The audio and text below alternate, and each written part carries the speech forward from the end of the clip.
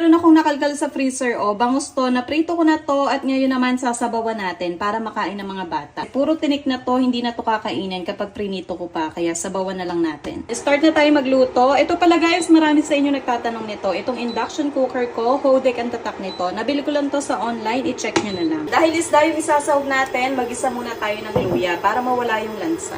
Bigyan na natin luya. Pag naluto na itong luya, isunod na natin itong bawang at sibuyas. Pag naluto na din itong bawang at sibuyas, ilagay na din natin itong kamatis. Ayan o, napakadaming kamatis. Pinamihan ko na guys kasi mura ang kamatis ngayon. Pag naluto na to, ilagay na natin yung mustasa. Ito din, napakadaming mustasa. Sagisa natin ito isasama guys ha. Kasi mustasa to, hindi to pechay guys ha. Kaya kailangan isama na natin ito sa gisa para mabawasan yung pait niya.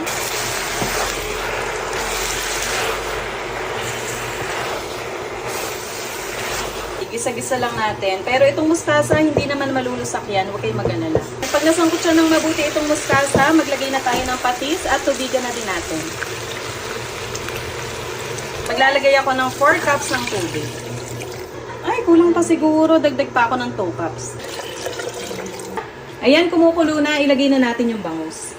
Ayan o, puro buntot na lang kasi to, kaya puro tinik na yan. Kaya ang masarap lang dyan ay sinabawan naman. Kasi yung unang naubos dyan yung mga berry. Maglagay na din tayo ng siling green. Tapos itong sampalok mix.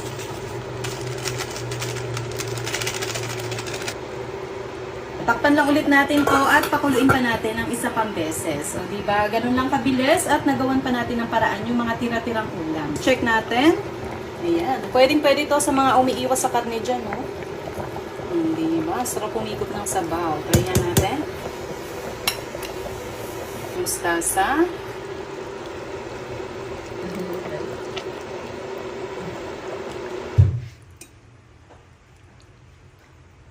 Yan, ito na siya guys, oh. Diba? Yung piritong bangus, naging sinabawan naman. Kain!